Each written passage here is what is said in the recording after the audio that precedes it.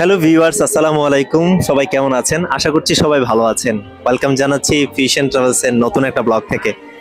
আজকে আপনাদের সাথে শেয়ার করতে যাচ্ছি নারায়ণগঞ্জের খুবই পরিচিত একটা ভাইরাল চটপটির সাথে। চটপটিটা খেতে কেমন, টেস্টটা কেমন সেটাই আপনাদের সাথে আজকে শেয়ার করব।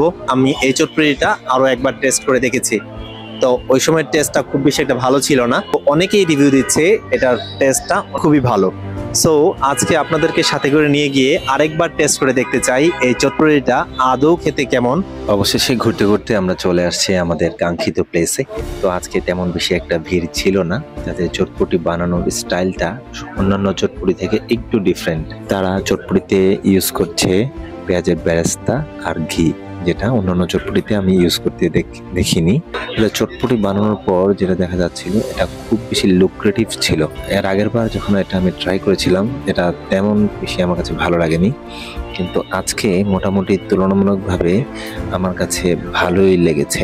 এই চটপটিটা অন্যান্য 8-10টা চটপটি থেকে একটু ডিফারেন্ট।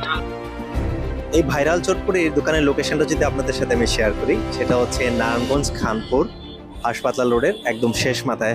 তো আজকে এ পর্যন্তই, দেখা হচ্ছে অন্য কোনো ব্লগে। ভালো থাকবেন সবাই। আসসালামু আলাইকুম রহমতুল্লাহ।